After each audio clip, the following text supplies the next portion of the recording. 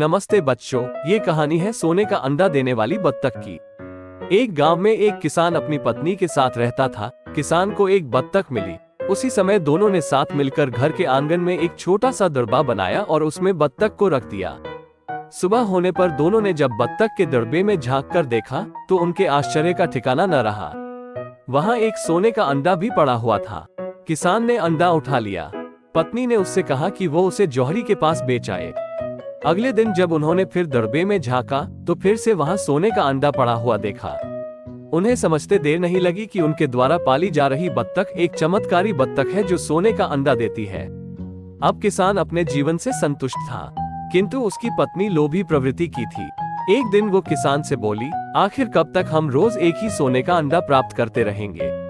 क्यों न हम बत्तख के पेट से एक साथ सारे अंडे निकाल लें? इस तरह हम उन्हें बेचकर एक बार में इतने धनवान हो जाएंगे कि हमारी 7 पुश्तें आराम का जीवन जिएंगी। पत्नी की बात सुनकर किसान के मन में भी लोभ घर कर गया। उसने बत्तख को मारकर उसके पेट से एक साथ सारे अंडे निकाल लेने का मन बना लिया। उसने पत्नी से कहा कि मैं बाजार जाकर एक बड़ा चाकू खरीद लाता हूँ। आज रात ही हम चमत्कारी बत्तख के पेट से सारे सोने के अंडे निकाल लेंगे। इसके बाद वो बाजार गया और चाकू खरीद लाया। उसके बाद वो अपनी पत्नी के साथ रात होने का इंतजार करने लगा। रात होते ही दोनों बत्तख के दड़बे में गए। फिर आव देखा न ताव और एक ही वार में उसका पेट काट दिया।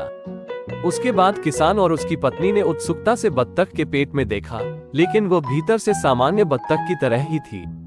उसके पेट में सोने के अंडे नहीं थे। ये देखकर किसान और उसकी पत्नी अपनी गलती पर पछताने लगे। अधिक सोने के अंडों के लोभ में पड़कर वे रोज मिलने वाले एक सोने के अंडे से भी हाथ धो बैठे थे। और भी मजेदार कहानियां सुनने के लिए कृपया FDW2 Kids चैनल को लाइक और सब्सक्राइब करें।